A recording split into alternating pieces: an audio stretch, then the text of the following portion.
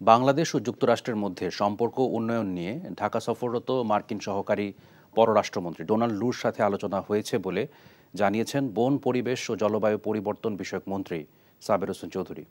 সকালে সচিবালয়ে ডোনাল্ড লুর সাথে বৈঠক শেষে তিনি সাংবাদিকদের এসব কথা জানান।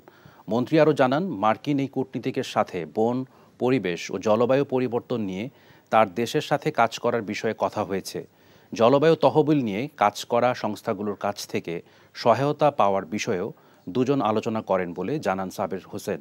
এছাড়া আগামী দিনে গ্রিন প্রজেক্ট বাস্তবায়নে দুই দেশ একযোগে কাজ করার জন্য বাংলাদেশের আগ্রহের বিষয়টিও লুর কাছে তুলে ধরা হয়েছে। বৈঠক শেষে ডোনাল্ড লু সাংবাদিকদের বলেন, জলবায়ু পরিবর্তন ও পরিবেশ রক্ষা সংক্রান্ত বিভিন্ন বিষয়ে বাংলাদেশের সাথে যুক্তরাষ্ট্র এক হয়ে কাজ করবে। I had a wonderful discussion with the Honorable Minister. We share a lot of values in wanting to protect the environment.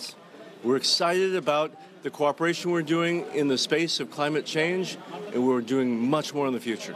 Bangladesh এবং আমেরিকার যে সম্পর্ক আছে এটাকে আমরা কিভাবে আগামী দিনে এগিয়ে নিতে পারি এবং সেখানে স্বাভাবিকভাবে যে বিষয়গুলিতে আমাদের অবস্থানগুলো অভিন্ন, যেমন জলবায়ু পরিবর্তন এবং সেটার অভিঘাত মোকাবেলার ক্ষেত্রে বাংলাদেশ এবং আমেরিকা আরও কিভাবে কাজ করতে পারে, মূলত আমরা সেটা নিয়ে আলাপ করেছি।